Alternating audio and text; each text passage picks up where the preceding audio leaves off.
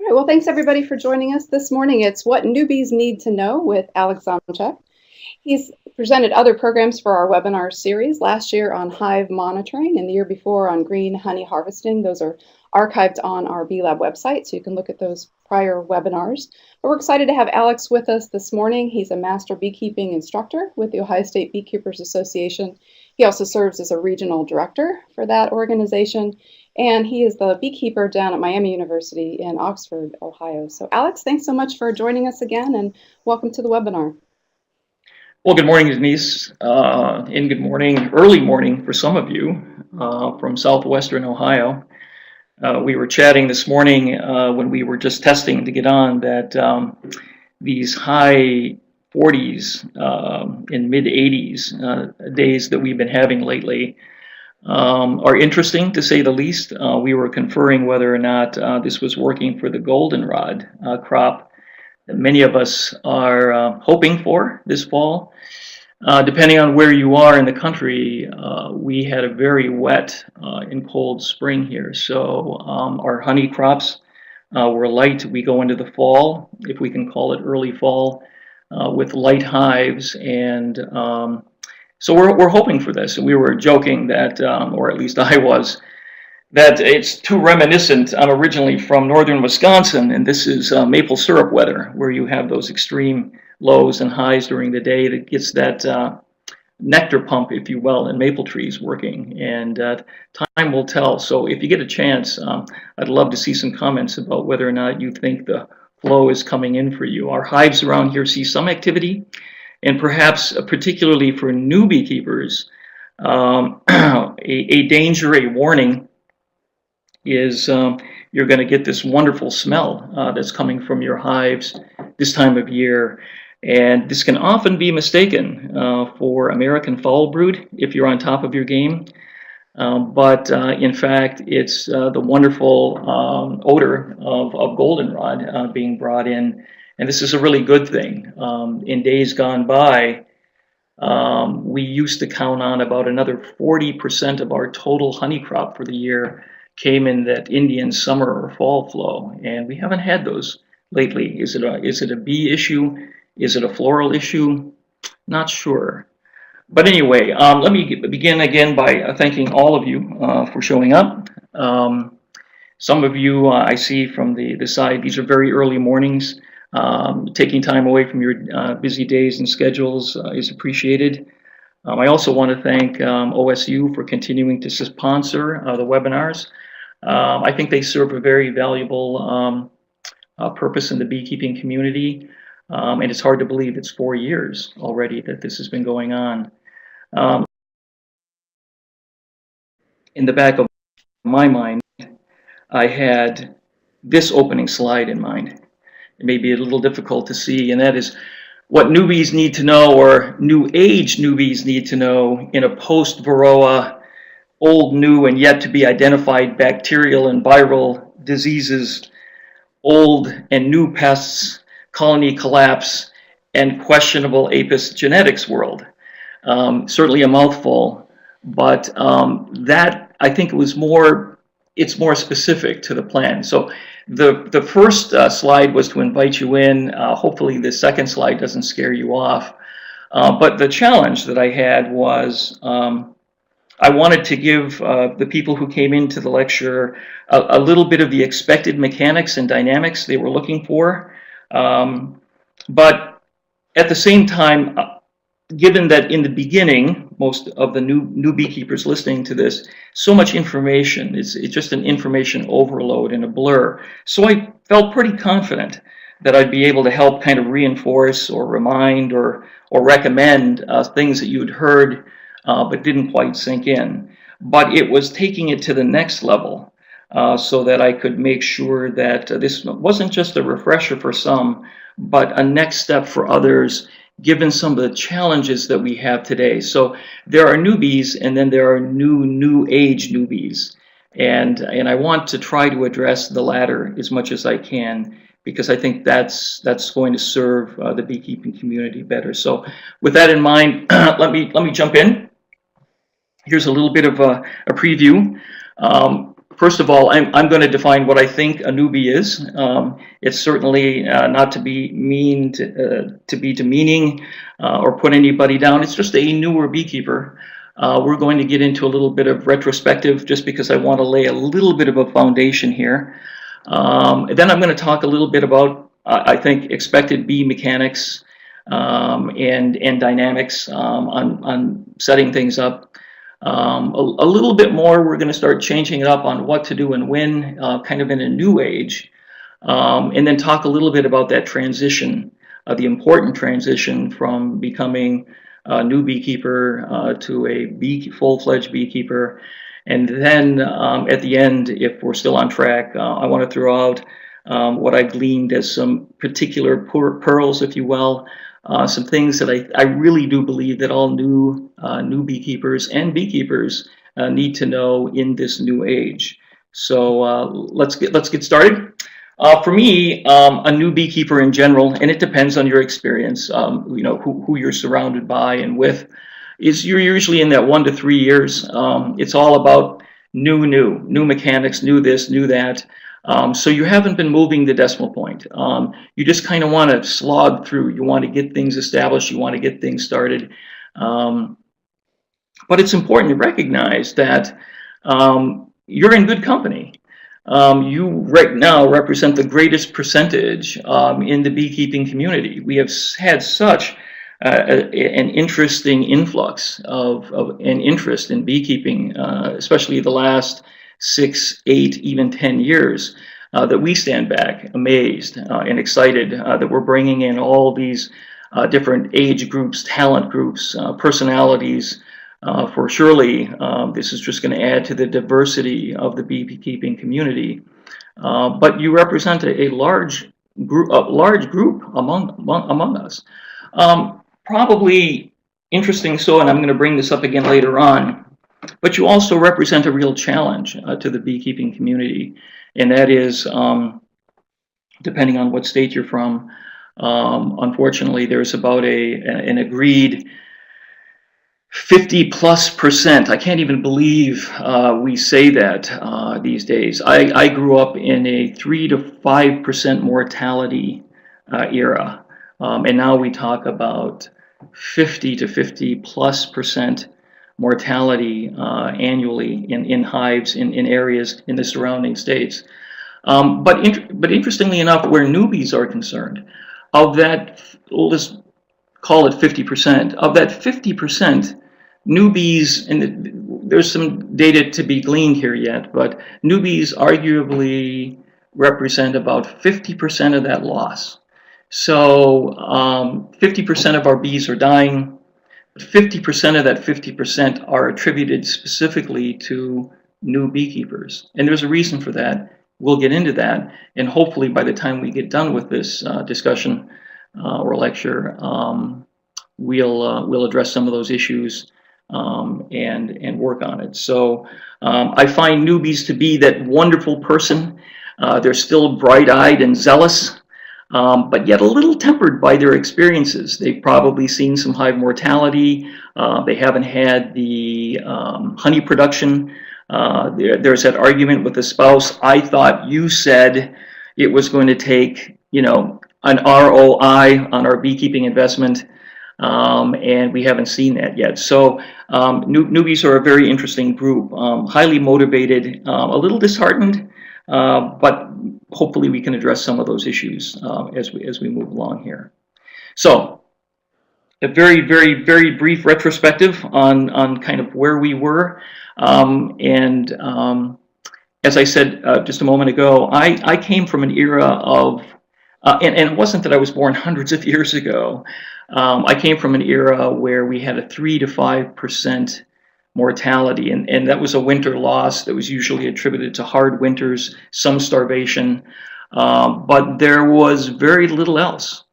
The few problems that we did have were reasonably well understood. We had some things that you might have heard about today that we don't address: sac brood, chalk brood, American foul brood, European foul brood, and that's about the extent of it in terms of general diseases, and the very few, if any, pests were the large macro pests: bears, raccoons, skunks, possums, things like that. And beekeeping was much more about, as I said here, about mechanics and manipulation for cost effectiveness. How many boxes do I use deeps all the way through my operation? How many hives should I have?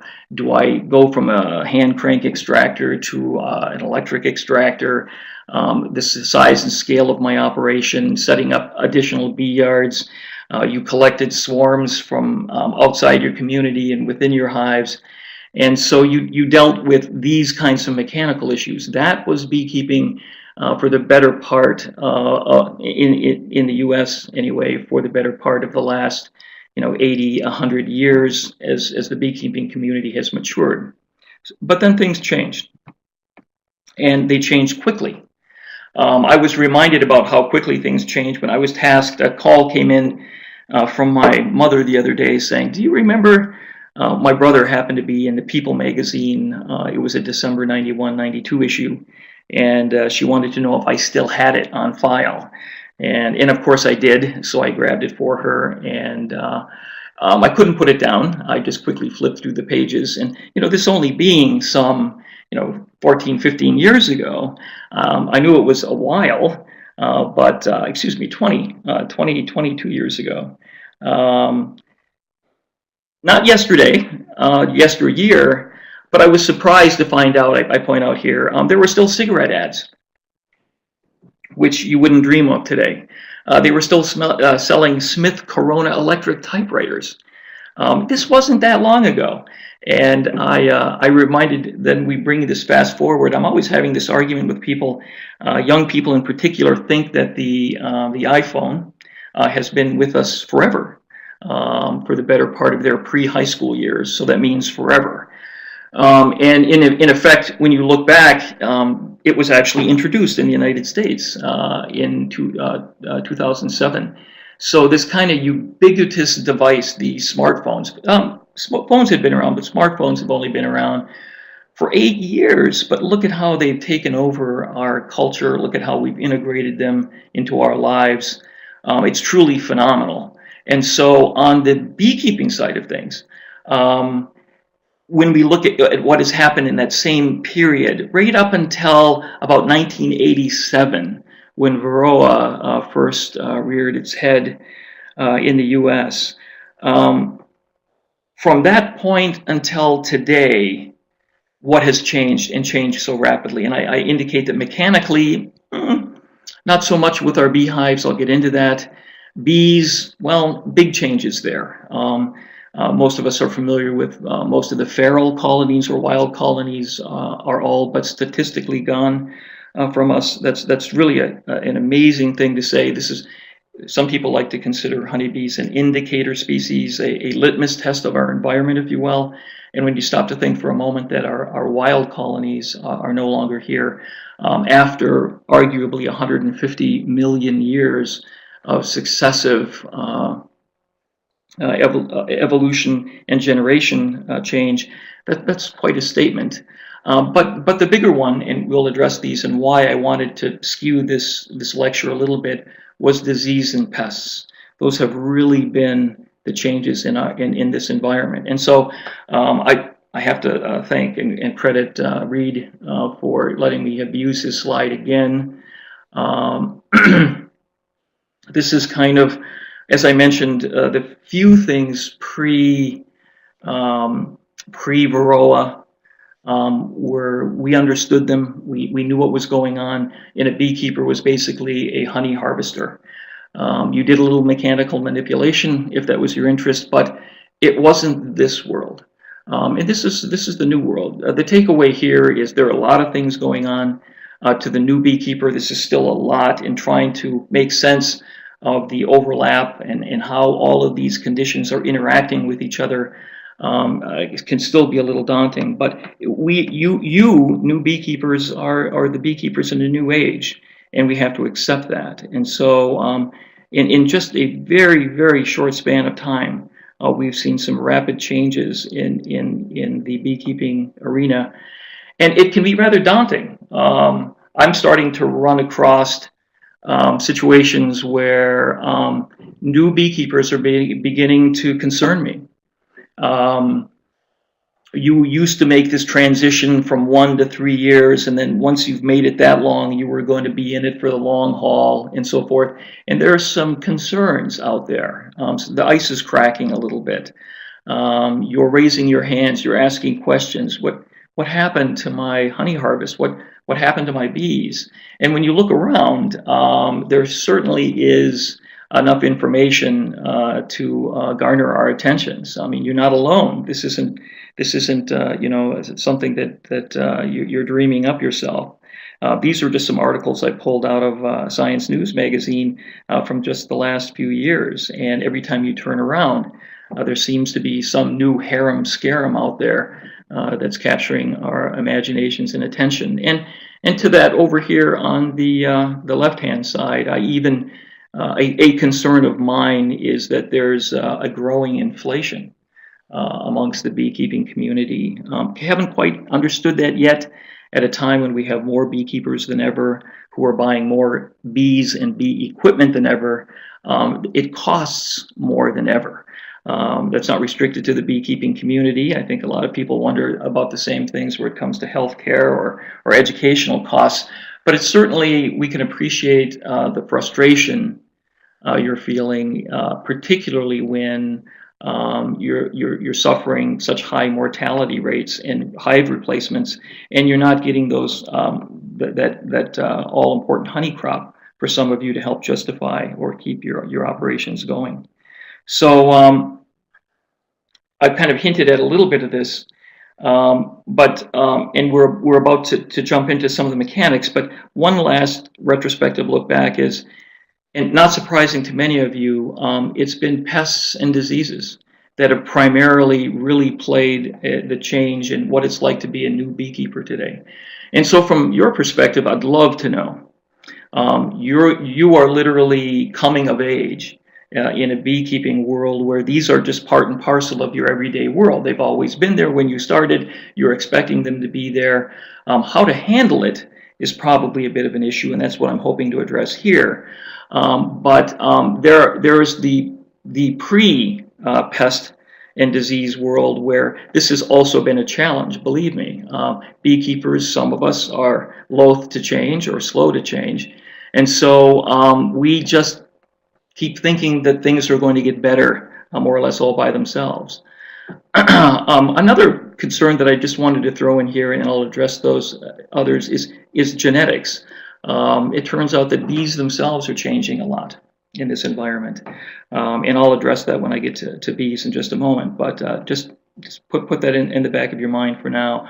But the bigger ones in that is, and I'm going to keep saying this about 3 times before we're done here yet, and that is, nothing surprising to you, but it's mortality, mortality, mortality. It literally is an issue that beekeepers, especially new beekeepers, they think they're doing something wrong, and in some cases they are, or more accurately, it's what they're not doing that's contributing to the losses that they're sustaining, though there are going to be losses. So again, hopefully a good takeaway from this lecture is that it will be worth your while. We're going to hope to trim those losses, and I say that because no matter what comes out of the lab in the next couple of years, we can come up with new miticides, we can come up with new mechanical manipulations, we can come up with potentially even slightly better bees, healthier, hardier bees. I dare say, and a bold statement I may be held accountable for, is that I think by equipping newbies in particular with a couple of skills, where we can reduce that 50% of the 50% that they're responsible for. There's nothing else that we can do that's going to have as dramatic an impact on lessening bee mortality than that. Others are going to be percentage increases, and those will take time. But we literally, quite literally, if newbies in particular jump on to crossing that barrier from the newbie to the beekeeper by literally, deliberately employing particular skills, they can make a profound difference in the bee mortality that we've been facing. So on to things expected. I'm going to talk just briefly. There are wonderful tombs and education out there on hives, bees, and tools of the trade. But because this is about what newbies need to know, I have to address them, and for good cause. I'll just put a slight spin on them if I can. One of them is the hive. I'm happy with the Langstroth hive. I happen to be fortunate. I literally sit at the doorstep of the Langstroth cottage here in Oxford, Ohio, the birthplace of modern beekeeping. I try to get into the cottage several times a year. There are some interesting plans to take over that cottage as a research resource. But occasionally I'll go there just to bring some people passing through and just sit in the sitting room where it all began. So this hive that we're all so used to, you know about them. Most new beekeepers, you have them already. I just want you to look at it in a slightly different way, and that is, it's been such a wonderful invention. The bee space with the discovery, the movable frame hive was the invention that we just stopped questioning it. I make note that I call it the Stradivarius of beehives. It was like so perfect. You couldn't improve upon it, so why even try? And that argument might still be valid. They did a lot of work in the beginning in terms of volume, height, width, depth, and thought they had really honed in on the perfect box, that golden ratio, if you will. But a good question I think we could just ask ourselves in parting is, but things changed. The hive is the same, but your bees have changed. And in particular, I'm just going to leave this as a thought. In a new varroa mite-centric world, where these Langstroth colonies deliberately allow the scaling of bee populations that would not normally occur in your average hollow tree, barn soffit, wall space. Colonies generally only got so big, and they were confined, and then swarming would occur, and populations only got to a certain size in general. In Langstroth colonies, with this kind of scalable vertical stacking, if as a beekeeper you swapped boxes and you stimulatedly and nutritionally fed, you could literally, with the right genetics, you could really move some of these colonies along. But as you were moving those along, you were moving mite populations along. There's a direct correspondence to the mite load and number of mites a colony has and can sustain to its bee population. So a question, is the Langstroth box still the perfect or appropriate box in a new mite-centric world? We'll see. I love the fact that I'm a bit of a gadgeteer, so new materials coming along, fantastic. I threw in the flow hive picture down below. You can't literally swing a dead bee without running into somebody who wants to talk about the flow hive. We'll see. I think it's a wonderful gadget. Is it a replacement beehive? Well, but other things that I like that people are playing with. 8-frame boxes are becoming more of a standard, basically shortening up that Langstroth box. And a lot of people are actually even experimenting with using nukes going into winter, coming out of spring. A lot of people are getting more involved with, in that box, doing frame rotations. In other words, if you're using miticides in your box, you literally mark and date your frames, something we didn't do in the old days. I mean, there are frames sitting out there to this day that I think we'd have to do a carbon dating test on them. As they've slowly sunk into the ground, they're arguably 40, 50, 60, 70 plus years old. They are, trust me, they are. And I'm a little bit of a fan, if you will, of dating and marking your frames so that potentially you could get into a frame rotation cycle, take 2 frames out every year, replace those with new foundation, and so you never have wax in your brood chamber in particular that's more than 5 years old, to keep to keep any type of residual toxins and so forth from building up inside your hive. Just a takeaway. So there are interesting, on the hive, there are things that are changing. And this is what was so challenging about this particular lecture when it comes to newbies. When you say bees out there, I could talk for 3 hours. I do a lot of honeybee genetics myself, from literally just producing queens naturally to instrumental insemination and so forth. But that's not what we have time for here. The takeaway here is that if I can, particularly from a newbie, you don't need to know all the strains and hybrids that may be existing out there, except to know that not all bees are created equal, and that what I would like you to do is, as a consumer who's being asked to pay more and more each year for your honeybees, I think you should be demanding a higher and higher quality product in return, and that's a topic in and of itself. And that's difficult to do. The bees that I'm talking about are just being invented now, if you will. They're difficult to get at scale. But the thing that you can do, and this is a big one for new beekeepers in particular, is, and it sounds odd to put this, but you have to build your mortality in. In other words, if I say to you that you're going to have a 30 to 50% mortality, rather than missing an entire year when you have that one hive or that 2 hives and then one or both of them die, it would really serve you well to hedge your bet by putting in an additional hive. There's a great paper out there called that you should really have 2.5 hives, the half being a nuke that you could have on the side just for resources and extra queens, some extra brood. But the idea there is that something that you can do as a new beekeeper is, rather than just suffering the losses that are out there and bemoaning the fact, do something about it. If you want to have 1 hive, have 2. If you want to have 2, have 3 or 4, and on and on. So try to build in a certain amount of mortality given the reality of the world that we live in today. And I'll get on to the other ideas here, but again, many of you are already at this point where you know that you have some options out there. Packages used to be the norm. You could make splits. That's kind of the more an advanced new beekeeper or beekeeper. Collecting swarms, few and far between.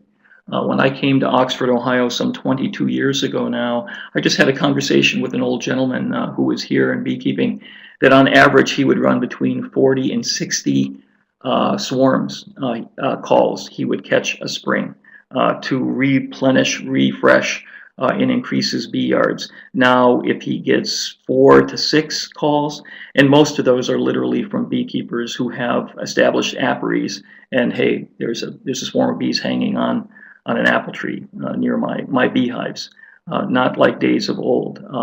Something new in the world that's coming along is nukes, though. More and more people are trying to buy 5-frame nukes to get their bees started in the spring and get a jump on the season. Not a bad idea. I'm just a little concerned about where the costs of some of these things are going.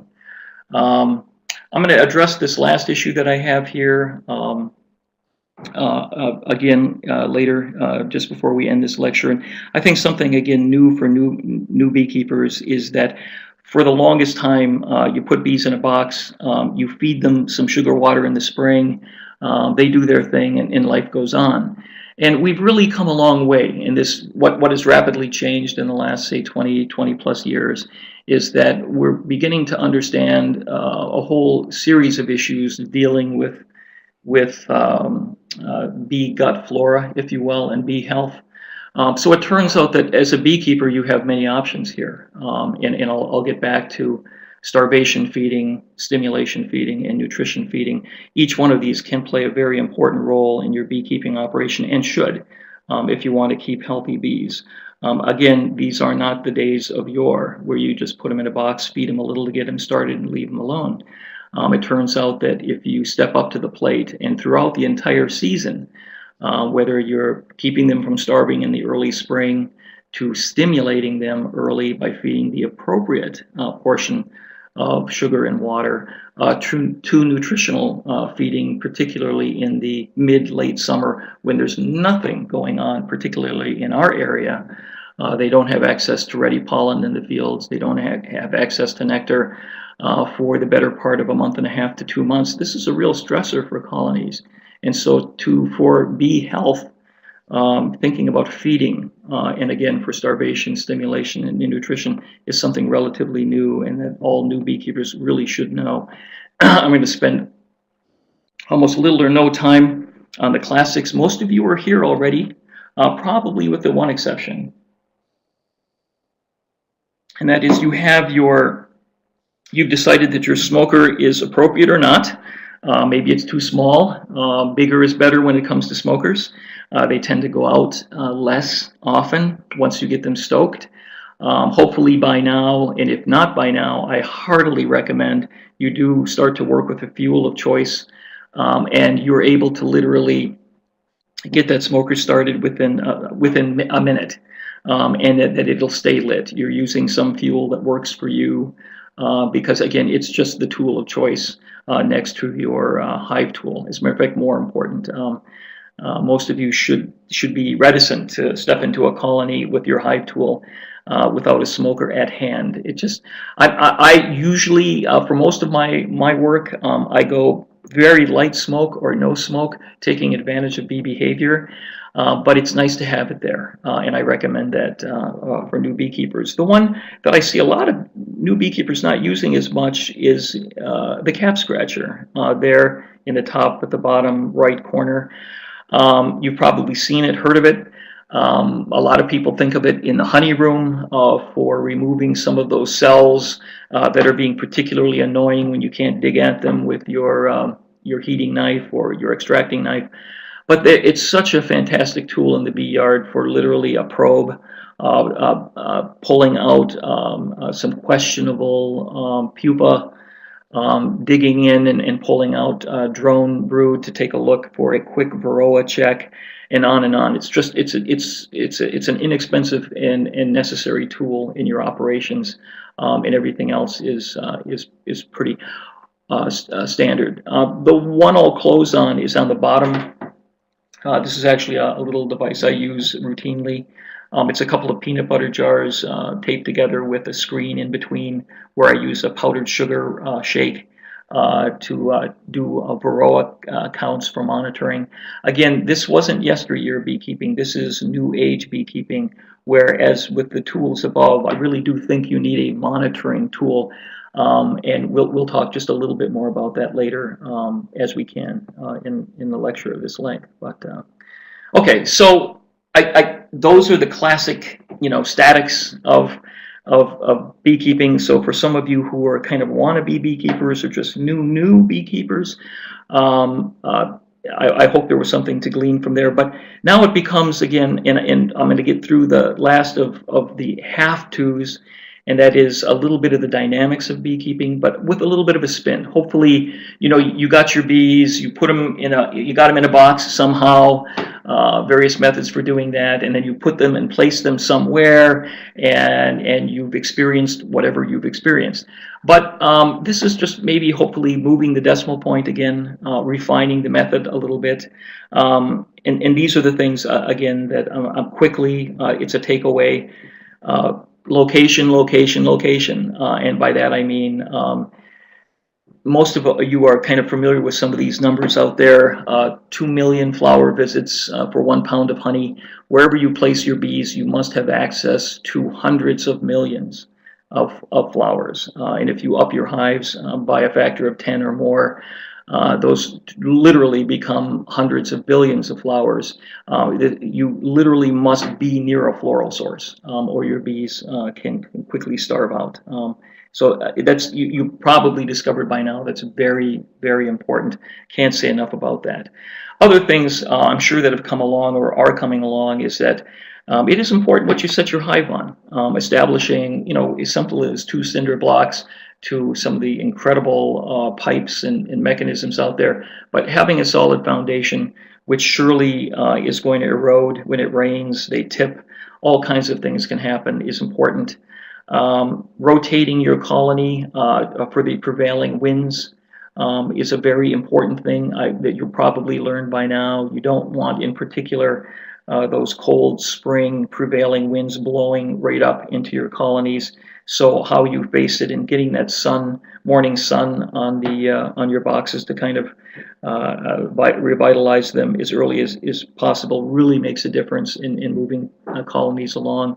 Also, by now, you've also probably learned by experience that when I say orientation, I mean the colony should be canted forward slightly by a couple of degrees. So again, not only for summer rains, but in particular winter snowfall and spring snow melt and rains, that you're literally using gravity to wick the water off the top of the colony, off of and away from your hive, rather than sloshing to the back, where then you create this kind of putrid environment where dead bees are falling and other larvae and other things are happening. You just something that you can avoid by orientating your colonies. And another one which is tough when we go back to location is, you probably discovered in the last, if you're into this to 1-3 years, some of these hot summers, you've got to have a water resource nearby, or you have to do feeding, if you will, of water with some kind of a tank with chips on it so the bees don't drown and so forth. But these things, look, all this information came at you right here, this slide in particular, during your initiation into beekeeping, I'm sure. But in that information overload, that blur of all of the things hitting you at once, some of these more subtle details that get lost in here, you can now take to that next level and improve the condition of your colony for your bees. I'm just looking at the time. I'm going to kind of get through what these are the obvious. We've talked a little bit about some of the things you can do, from packages to nukes to swarms and splits.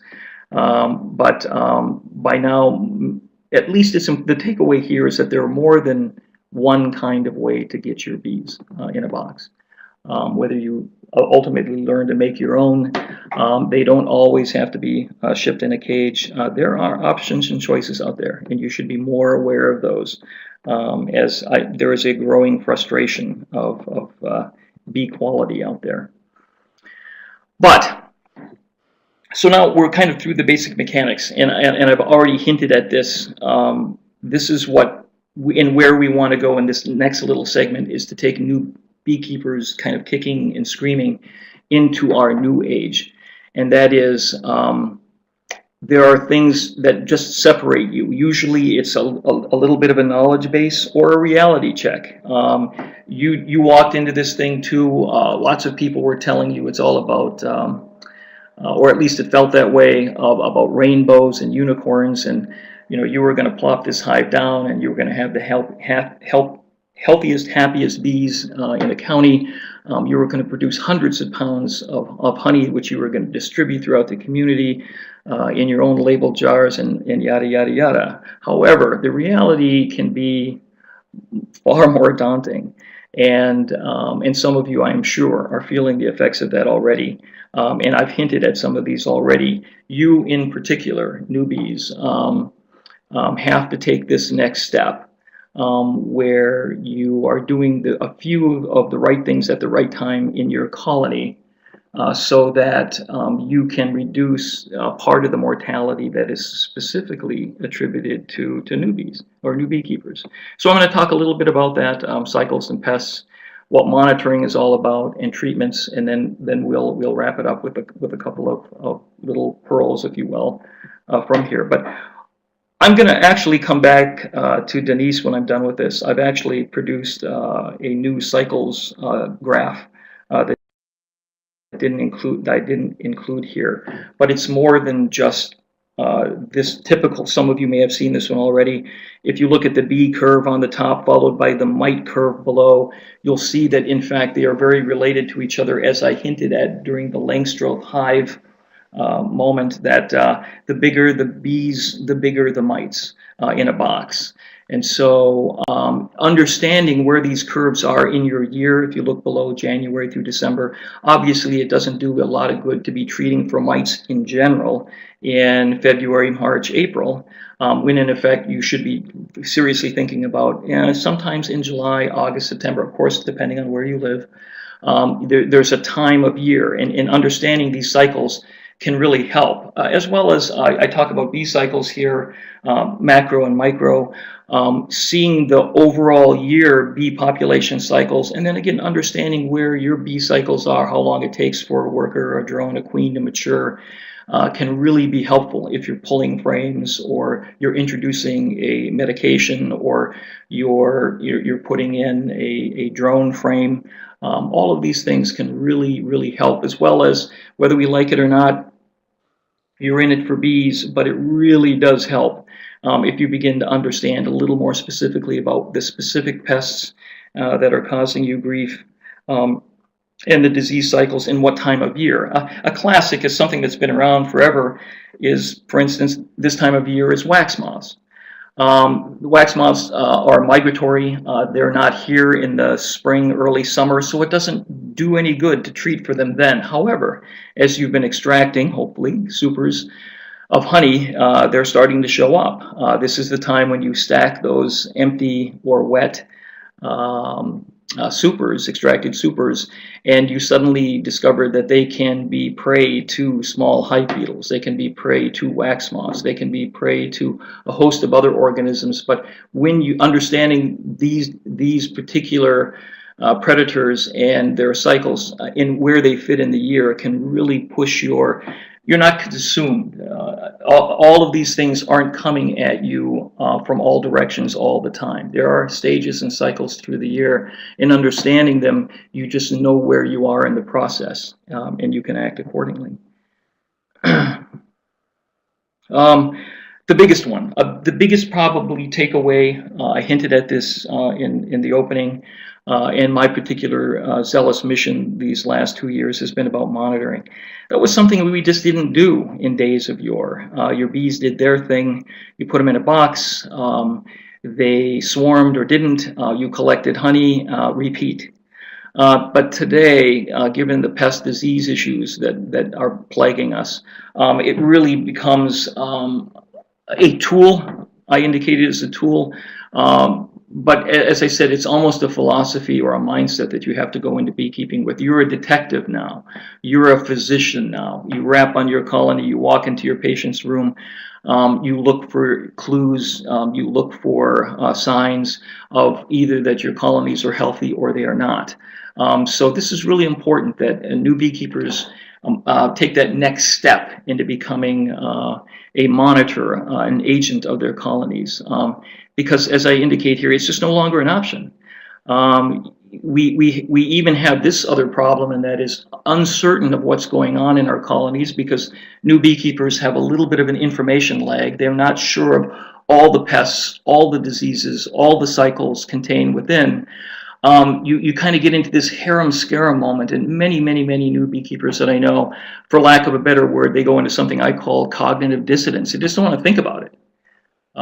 If there's something happening out there, or I think there's something happening out there, or I hope there's something not happening out there, or is there something happening out there, and you just don't want to think about it. It even keeps you from getting into your colonies, whereas monitoring is really an ability to, once you put that in your toolbox, and you routinely and regularly look at getting out there, you literally remove the guesses. You check your bees, you check them appropriately, and then you walk away. It's that proverbial visit to the dentist for a cleaning or your doctor for some procedure or a wellness checkup, and you walk away with kind of a, yeah, okay, I feel better now because I've checked. And this is where we want to get new beekeepers from, not being afraid of what they don't know, but literally doing a quick check, and we'll talk about that in just a second, and then walking away knowing what's going on. Another issue that's just really big and too big for this lecture is about treatments. This is under the what to do category. The takeaway here just has to be there's a lot of really good information out there, but that you literally knowing your diseases, knowing your pests and their cycles and timing you then have to familiarize yourself with, okay, so I have a problem. How am I going to treat them? There are just a handful of treatments that are available to us beekeepers today. In general, less than 6. But it's important each one of them have a timing and duration phase, when you can put them in with honey supers on, without honey supers on, how long you have to leave them in, and what time of the year you should put them in. And you just have to familiarize. It seems a little daunting, but it's less information than you think. Another little takeaway here, advancing along, is IPM, or integrated pest management.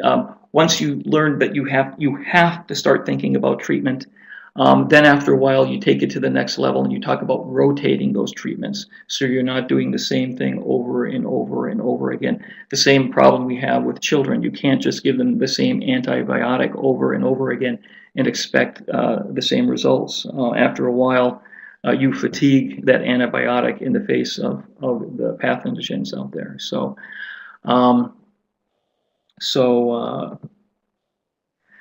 Here's one that I'm looking for help for. So anybody that's really got this down, I did through the last of new beekeeping, is what I call the seasonal walkthrough, and I was trying to come up with some little anagram, some little cute little saying that we could remember, like stop, drop, and roll, or something like that, and I just can't come up with one. So if you walk with me in what I consider a typical season today of beekeeping, as opposed to put them in a box, collect honey, take your supers off, winter. Now we're about, again, feeding in the spring, feeding to keep starvation from occurring, feeding to stimulate our colonies early, so that we can push those brood cycles in your locale, so you got the bigger bee populations at the peak of nectar flows, and then again feeding later in the summer in a nutrition cycle, so that we're looking at bee health, overall bee health now. But we're back to monitoring again in here. This is a seasonal walkthrough. I want you to evaluate where your colonies are. Literally, where are they in the spring? What do I need to do? What do I see? What don't I see? Then the classic supering. You put your bees on, your boxes on. Monitoring again. You don't want to be caught with some explosive varroa mite infestation or small hive beetle infestation. You extract your honey, hopefully. Then after the extraction, again, it's monitoring and treating if necessary. I mean, we don't want to be prophylactic about this again. Monitoring is part of taking your hive's temperature, and if they have a low-grade fever or no fever, don't just treat them. That's part of the integrated pest management approach. Treat them if necessary. I'm going to throw this one in here just as a teaser, and that is we're finding out with the lack of genetic diversity out there and lack of hardiness from our queens, that a great many beekeepers are finding that they're starting to introduce requeening as part of an annual late summer, early fall hive process, and I'm not opposed to that. If you can afford to do that, and you can if you make your own queens. Again, topic for another day. But that is part of your overall seasonal work, and we're seeing that occur more and more and more as we try to address failing queens, underperforming queens, et cetera, and finally preparation for winter, whatever that can mean, from again starvation feeding to nutritional feeding as we go into the box. So somebody's got to help me out here and come up with some interesting anagram that kind of pulls all these things together that makes sense. It's hopefully not as long and laborious as supercalifragilisticexpialidocious, but something a little shorter, a little clever, a little whatever. So surely we do a hive mind thing here. Somebody's going to come up with something that's going to make sense on what a typical walkthrough should do. We're going to close with some pearls. Some things that I'm just going to ratchet through. You can have access to these, but these are things that quite literally I've selected most of these because I think that they are the things that will make the biggest difference to new beekeepers or newbies in keeping more hives alive. And that is, please understand again that most of our feral or wild colonies are gone, but they're gone for one reason. The one difference between the bees in a tree and bees in a box, or the bees in the box are kept by beekeepers who can treat them. The bees in the trees are all but gone. So treating makes a difference. An interesting one too is beware. I call it the proximity issue. There's some soft data out there to suggest, interestingly, the colonies that are healthiest are the colonies that are closest to you. Basically, that's opportunity. I fess up. I'm that way. My bee yards that are closest to me are seen more often, and they are the healthiest because I'm not just treating and monitoring, but I'm also manipulating. I'm moving frames around. I'm checking for resources, adding, subtracting bees and resources, and they're just the healthiest. Something that you can play a role in. And that includes, as I said, the frequency of hive visits. We used to be hands-off. No, no, no. The more you visit your colonies, even if it's a quick, what I mentioned down here, fire drill. I'm a big fan. Task yourself. We go through, with the Butler County beekeepers here, we literally set up a challenge where we try to get in and out of a hive within about 5 minutes, so that you don't have the excuse that I don't have the time or it takes too much time. Literally, why am I going into this colony? Go in, look what you're looking for, find what you find, and then wrap it all up. And I think new beekeepers need to do a lot more of that. I'm just going to again throw these out there. You can see them. Most of these are going to make just sense to you as you see them. But I would love to see new beekeepers in particular. Difference between seasoned beekeepers and new beekeepers is seasoned beekeepers, they're just much more hands-on. They pick up those drones.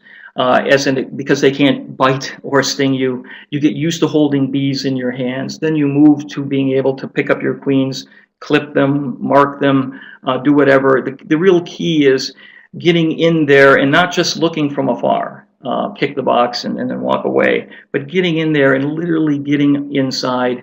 That's to you. I throw in a couple of other little things in here. By now, hopefully, you're starting to conquer that anxiety and those fears you have. You're no longer just this gaseous carbon dioxide, heart palpitating, blood pressure rising beekeeper standing there creating this plume of harem and scarum around you that the bees coincidentally don't like and sense.